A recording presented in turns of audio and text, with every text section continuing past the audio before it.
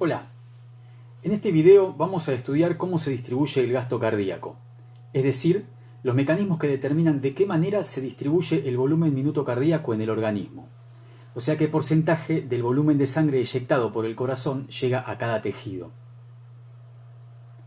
No proponemos estudiar la demanda metabólica del organismo y la oferta distal de oxígeno, y de qué modo esa oferta distal de oxígeno se distribuye de acuerdo con las necesidades metabólicas de cada tejido. Para poder generar la cantidad de ATP adecuada para satisfacer los requerimientos metabólicos, los tejidos utilizan oxígeno. La cantidad de oxígeno que los tejidos utilizan en cada minuto se denomina consumo de oxígeno. Ese oxígeno es proporcionado por el sistema cardiovascular y respiratorio, y la cantidad que le proporcionan en cada minuto se denomina oferta distal de oxígeno. La actividad metabólica de los tejidos determina un consumo de oxígeno que ronda los 3,5 mililitros de oxígeno por cada minuto por cada kilogramo de tejido.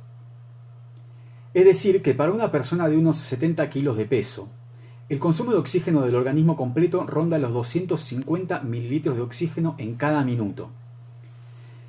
Pero cada tejido tiene una actividad metabólica distinta, y hay tejidos que tienen un consumo mucho más bajo, como el tejido adiposo y el hueso, mientras que otros tienen un consumo muchísimo más elevado, como el músculo cardíaco y el tejido nervioso. De este modo, aquellos tejidos que tienen un consumo de oxígeno más alto necesitarán un aporte de oxígeno mayor, y como la sangre que llega a todos los tejidos es esencialmente la misma porque toda ella sale del ventrículo izquierdo, entonces esta demanda de oxígeno se satisface mediante un mayor flujo sanguíneo. Es decir, que en condiciones normales, la oferta de oxígeno a cada órgano está determinada por el consumo que tiene ese órgano.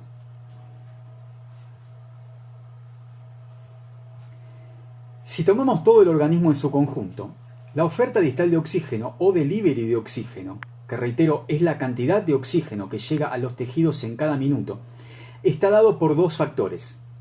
Como el oxígeno es transportado a los tejidos a través de la sangre, la oferta distal de oxígeno depende de cuánta sangre es eyectada por el ventrículo izquierdo en cada minuto, lo que conocemos como volumen minuto o gasto cardíaco.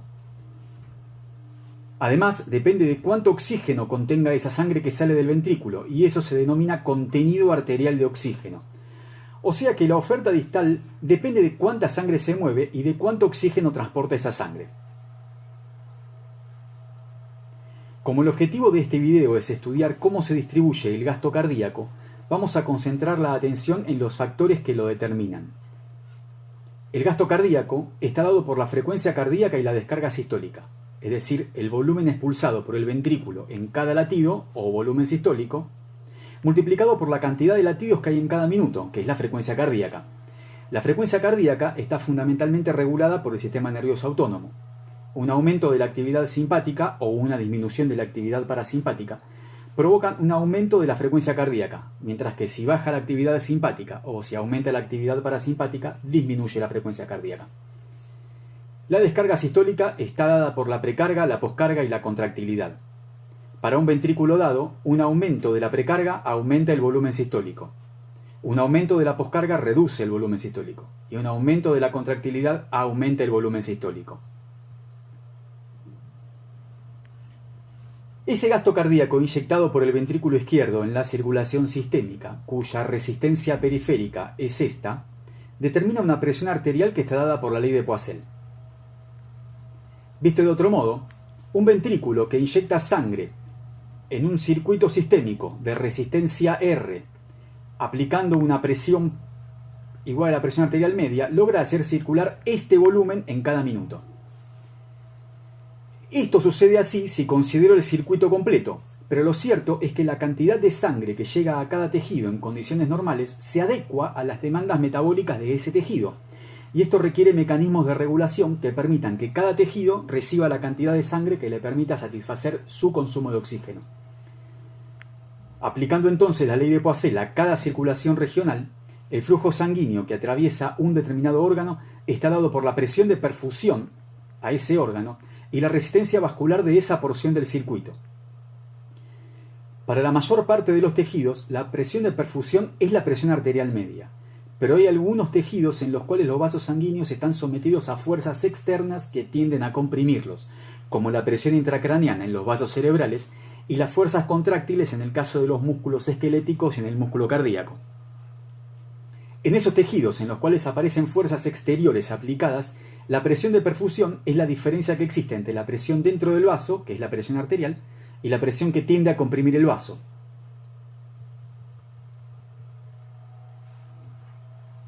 Hablando de un modo muy general entonces, como los distintos circuitos regionales están en paralelo unos con otros, la diferencia de presiones entre la presión arterial y la parte venosa es la misma en todos ellos, y entonces la forma que tienen los distintos tejidos de regular la cantidad de oxígeno que reciben es modificar el flujo sanguíneo que los atraviesa, y eso se regula a través de la resistencia vascular local.